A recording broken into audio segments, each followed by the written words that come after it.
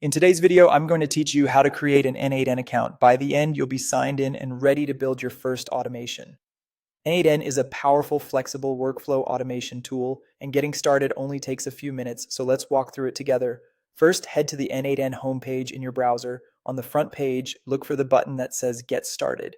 Clicking this opens the sign up page where you can create your account. If you already see options for plans, just choose the standard cloud sign up to continue. The goal here is simply to open the registration form. On the sign up form, enter your name, your email address, and create a secure password. You can use a company email or a personal email like Gmail. Either works fine. Choose an email you can access right now because you'll need it for verification in the next step. When creating your password, aim for something strong and unique, ideally with a mix of letters, numbers, and symbols. If you use a password manager, this is a great time to generate and save one. Once everything looks good, submit the form to proceed. Next, check your inbox for a verification email from n8n.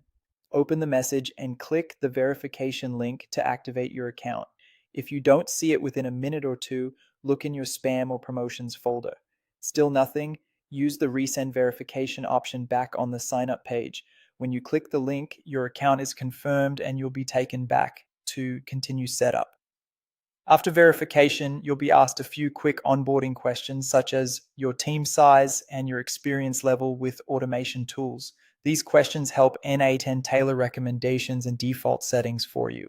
Choose the options that best reflect your situation. There are no wrong answers, and you can usually adjust these preferences later if your needs change. If you're just exploring, select the smallest team size and beginner-friendly options. Once you finish onboarding, you'll land on your n8n dashboard. This is your workspace home base. From here, you can create your first workflow, browse templates for inspiration, and manage credentials for the apps you want to connect.